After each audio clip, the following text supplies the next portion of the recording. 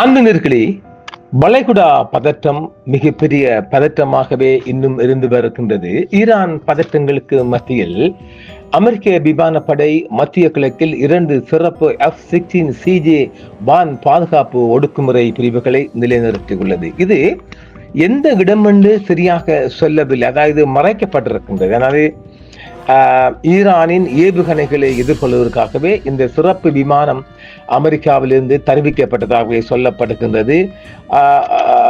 வளைகுடாவிலே மிகப்பெரிய American base என்று சொல்லப்படுகின்ற கட்டார் அல் உதைத்லான் இது நிறுத்தப்பட்டிருக்கிறதாகவே பாகிஸ்தான் செய்தி சொல்லுகின்றது. ஆனால் அந்த இடம் சரியாக இன்னும் உறுதிப்படுத்தப்படவில்லை. அமெரிக்க விமானப்படை F-16CJ போர் விமானங்களின் 2 படை பிரிவுகளை அமெரிக்கா மற்றும் ஐரோப்பாவில் உள்ள தளங்களிலிருந்து மத்திய கிழக்குக்கு மீண்டும் அது அனுப்பியுள்ளது. அப்பகுதியில் அவற்றின் இருப்பிடம் தெரியவில்லை என்றும் திறந்த மூல கண்காணிப்பு தரவு மற்றும் தொடர்புடைய அறிக்கைகள் February 19 நேற்று அன்று 36 F-16 விமானங்கள் இப்பகுதியில் உள்ள தளங்களுக்கு பறக்கவிடப்பட்டதாக குறிப்பிடப்படுகின்றன. அவற்றில் சுமார் 24 F-16CJ விமானங்கள் இது ஈரானுக்கு எதிராக நடத்தப்பட்ட மிகப்பெரிய இராணுவ கட்டமைப்பின் ஒரு பகுதியை பிரதிபலிக்கின்றது. 24 வந்தது சொல்லப்படுறது, ஆனால் 2 அங்க சொல்றாங்க.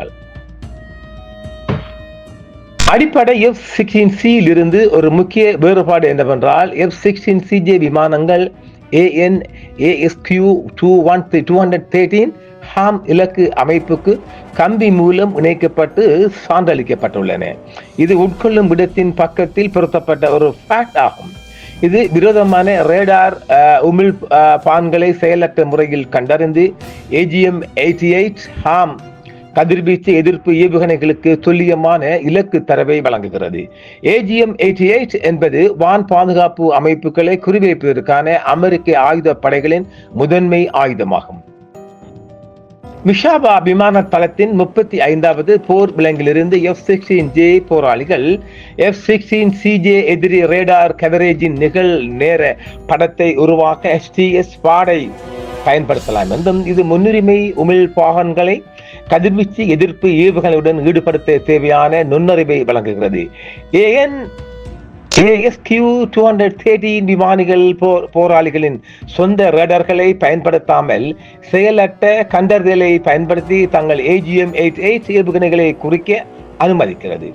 எதிரிகளின் ரேடார் வழிகாட்டுதலில் தலையிடுவதன் மூலம் அதிக உயிர் வாழ்வை வழங்க இந்த போர் விமானங்கள் மின்னணு போர் விமானங்களையும் ஒருங்கிணைக்கின்றன. இது EA-18G போலல்லாமல் ஒப்பீட்டளவில் அடிப்படை மாற்றமாகவே உள்ளது. இது F-4 விமானத்தின் மின்னணு போர் வழித்தோன்றலாகும். இது அதன் விமான சட்டகம் முழுவதும் விரிவான செயலற்ற சென்சார் வரிசையை மற்ற முக்கிய வடிவமைப்பு மாற்றங்களுடன் ஒருங்கிணைக்கிறது. F-16CJ தற்போது சேவையில் இருந்து விலக்கிக் கொள்ளப்படுகிறது. ஜப்பானில் உள்ள மிஷாபா விமான தளத்தில் உள்ள 35வது போர் விமான பிரிவின் கீழ் இந்த வகைகளின் மிக உயர்ந்த முன்னுரிமை வரிசைப்படுத்தல் முடிவுக்கு கொண்டு வரப்படுகிறது. ஏனெனில் விமானங்கள் F-35A போர் விமானங்களால் மாற்றப்படுகின்றன. அமெரிக்க கடற்படை EA-18G வான் பாதுகாப்பு அடக்குமுறை விமானம் F-16CJ உடன் அமெரிக்க விமானப்படை மற்றும் மெரைன் கேட்ஸ் F-35 5ஆம் தலைமுறை போர் விமானங்களை நிலைநிறுத்தியுள்ளது. அவை எதிரி ரேடார்களில் மதிப்புமிக்க உளவுத்துறையில் சேகரிக்க பயன்படும் செயலற்ற சென்சார்களின் கணிசமான வரிசைகளை ஒருங்கிணைக்கின்றன. மேலும் ரேடார் இலக்கு மற்றும் கண்டறிதல் முயற்சிகளை சீர்குலைக்க சக்தி வாய்ந்த மின்னணு போர் தொகுப்புகளை பயன்படுத்துகின்றன. இருப்பினும் F-35 பிளாக் 4 மென்பொருள் தொடர்ந்து இல்லாததால் எதிரி வான் பாதுகாப்பு அமைப்புகளின் ரேடார் உமிழ்வுகளை எதிர்கொள்ள AGM-88 கதிர்வீச்சு எதிர்ப்பு ஏவுகணைகளை பயன்படுத்த முடியவில்லை. இதனால் F-16CJ விமானப்படையில் ஒரு முக்கிய பங்கை தக்க வைத்துக் கொள்கிறது. இருப்பினும் கடற்படையின் EA-18G கவுல்ஸ் அதிக மைய பங்கை வகிக்கும் என்று எதிர்பார்க்கப்படுகிறது. ஜனவரி மாத இறுதியில் இந்த சேவை ஜோர்தானில் உள்ள முவாஃபக் சால்தி விமான தளத்திற்கு 6 EA-18Gகளை அரிய முறையில் நிலைநிறுத்தி இருக்கின்றது. அதே நேரத்தில் EA-18Gகளை விமானம் தாங்கிய கப்பல்களான ஆப்ரஹாம் லிங்கன் மற்றும் USS ஜெரால்ட் ஃபோர்டு ஆகியவற்றில் நிலைநிறுத்தி இருக்கின்றது. ஈரானிய S-300 PMU அமைப்பிலிருந்து தரையிலிருந்து வான் ஏவுகணை தளம் F-16 என்பது உலகின் சேவையில் உள்ள மிக குறுகிய தூர போர் விமானங்களில் ஒன்றாகும். அமெரிக்க விமானப்படை அதன் விமான சொத்துக்களின் வரம்பை விரிவுபடுத்த மத்திய கிழக்கின் கணிசமான எண்ணிக்கையிலான KC-135 டேங்கர்களை அனுப்பியுள்ளது. ஈரானுடனான சாத்தியமான போருக்கு வான் பாதுகாப்பு அடக்குமுறை சொத்துக்கள் மிகவும் முக்கியமானதாக கருதப்படுகின்றன. ஏனெனில் நாடு நவீன போர் விமானங்களை வாங்குவதில் முதலீடு செய்யவில்லை என்றாலும் மேலும் காலபதியான முக்கியமாக வியட்நாம் போர் கடற்படையை களமிறக்கியுள்ளது. அதன் தரை அடிப்படையிலான வான் பாதுகாப்பு வலையமைப்பு மிகவும் திறமையானது என்று நிரூபிக்கப்பட்டுள்ளது. உள்நாட்டு வேகர் 373 மற்றும் ஹோர்டாட் 15 பல வகைகள், அத்துடன் ரஷ்ய S-300 PMU-2 உள்நாட்டில் நவீனமயமாக்கப்பட்ட சோவியத் S-200D மற்றும் சில அறிக்கைகளின்படி 2025 வழங்கப்பட்ட புதிய சீன அமைப்புகள் ஒருவேளை HQ-9B ஆகியவை அடங்கும். இவை தேர்ட் கோடாட் மற்றும் டோர் போன்ற பல குறுகிய மற்றும் நடுத்தர தூர அமைப்புகளால் ஆதரிக்கப்படுகின்றன. இவைகளெல்லாம் நோக்குகின்ற போது வளைகுடா ஒரு போரின் விளிம்பில் இருப்பதற்கு மிக அதிக வாய்ப்பாகவே பார்க்கப்படுகின்றது. வளைகுடாவை நெருங்கிய வகையில் இதுக்கு மேலாம 50 சிறிய ரக போர் விமானங்களையும் அமெரிக்கா அனுப்பி இருக்கின்றது. அதன் தளங்களில் அது கட்டார்ல இருக்கலாம், பஹ்ரைன்ல இருக்கலாம், சவுதியில் இருக்கலாம், ஏனைய பஹ்ரைன்லையும் இருக்கலாம். இது எல்லா பகுதிகளிலும் இது இருக்க வாய்ப்பு இருக்கின்றது. இப்பொழுது வாஷிங்டன் காலக்கெடு மற்றும் விருப்பங்களை பற்றி பேசுகையில் இப்பகுதி ஏற்கனவே எந்த நாளிலும் மோதல் வெடிக்கலாம் என்பது போல் நடந்து கொள்கிறது. இஸ்ரேலிய தேசிய பாதுகாப்பு நிபுணர்கள் வெடிகுண்டு முகாம்களை சுத்தம் செய்தல் மற்றும் சேமித்து வைப்பது முதல் பொதுவான எச்சரிக்கை நிலையை பேணுதல் வரை மிகவும் உறுதியான வழிகளில் தயாராகி வருவதாகவே இஸ்ரேல் செய்திகள் தெரிவிக்கின்றது.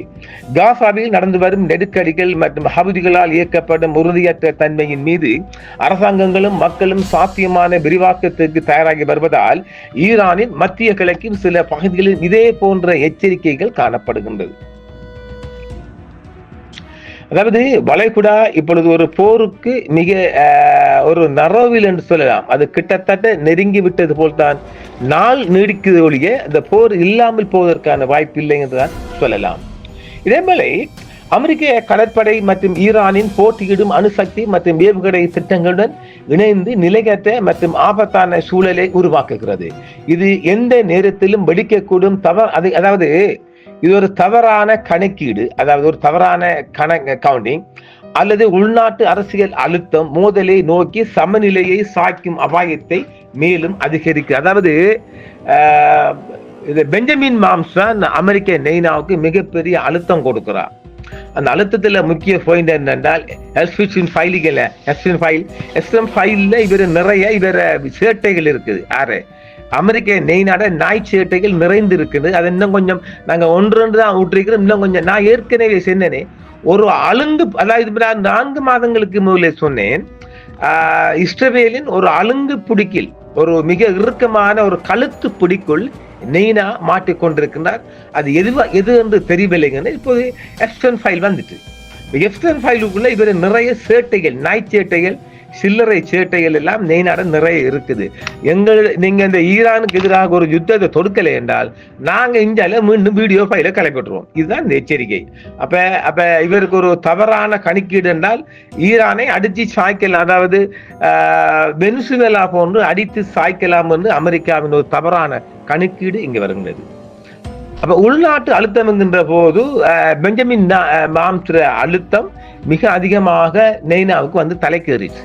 அதனால் தொட்டே ஆகணும், செத்தாலும் இறந்தாலும் செஞ்சே ஆகணும். இருப்பினும் விமான கப்பல்கள் நகர்ந்து நீர்மூழ்கி கப்பல்கள் நிலைநிறுத்தப்பட்டாலும் ராஜதந்திரம் இறந்து விடவில்லை. ஸ்டீவ் விட்காஃப் மற்றும் ஜெராட் குஷ்னர் போன்ற அமெரிக்க தூதர்கள் மற்றும் ஈரானின் வெளியுறவு மந்திரி அப்பாஸ் அராச்சி ஆகியோரை உள்ளடக்கிய மறைமுக பேச்சுவார்த்தைகள் இன்னும் சாகவில்லை என்றும் நாம் சொல்லலாம். அது ஒரு பொய்யான போலியான ஒரு பேச்சுவார்த்தை என்றாலும் ஓரளவு இந்த ராஜதந்திரம் செத்து போகலைங்க. அதையும் நாங்க இங்க கவுண்டிங் பண்ணி பார்க்கலாம். எது எப்படி பார்த்தாலும் வளைகுடாவில் ஒரு யுத்தத்தை நெய்னா ஆரம்பித்தே ஆக வேண்டிய ஒரு ஒரு ஒரு மிகப்பெரிய இக்கட்டான சூழ்நிலைக்கு தள்ளப்பட்டு விட்டார். அதுக்கான காரணம் அவரை சித்த விளையாட்டுகளை பெஞ்சமின் மாம்ஸ் அணி வெளியிட்டுருவாங்க. அப்ப அமெரிக்காவில் நாரி போயிடுவார் என்றால் அவருக்கு இந்த சித்த விளையாட்டு வீடியோக்கள் நிறைய இருக்கிறதா. அதையெல்லாம் இஸ்ரேல் வெளியாக்கினால் இன்னும் போராட்டம் அமெரிக்காவுக்குள் வெடிக்கலாம். அப்ப அதனால் தன்னுடைய இந்த சித்த விளையாட்டை காப்பாற்ற வேணும் என்றால் அல்லது காப்பாற்றி கொள்ள போகிறோம் என்று நினைத்தாலும் ஈரான் மீது ஒரு போரை தொடுத்து தான் ஆகணும். வெற்றியோ தோல்வியோ அது செய்துதான் ஆகணும் என்ற நிலைப்பாட்டுக்கு அமெரிக்க நெய்னா வந்து விட்டார். அதனால் ஒரு போரை நோக்கியே வளைகுடா தள்ளப்பட்டிருக்கு என்றால் அதற்காக ஆச்சரியப்பட ஒன்றுமே இல்லை. மீண்டும் நாம் மற்றொரு காணொளியில் சந்திக்கலாம் நேர்களே. என்றும் உங்களுடன் சன்ரைஸ் இந்தியா டிவி சப்ஸ்கிரைப் பண்ணுங்கள், பெல் பட்டனையும் கிளிக் செய்யுங்கள். உங்கள் ஆதரவே எங்கள் சேவை. ஆதரவு தாருங்கள், அரவணைப்போம். மறக்காம சர்ப்ரைஸ் பண்ணுங்க. தேங்க்யூ.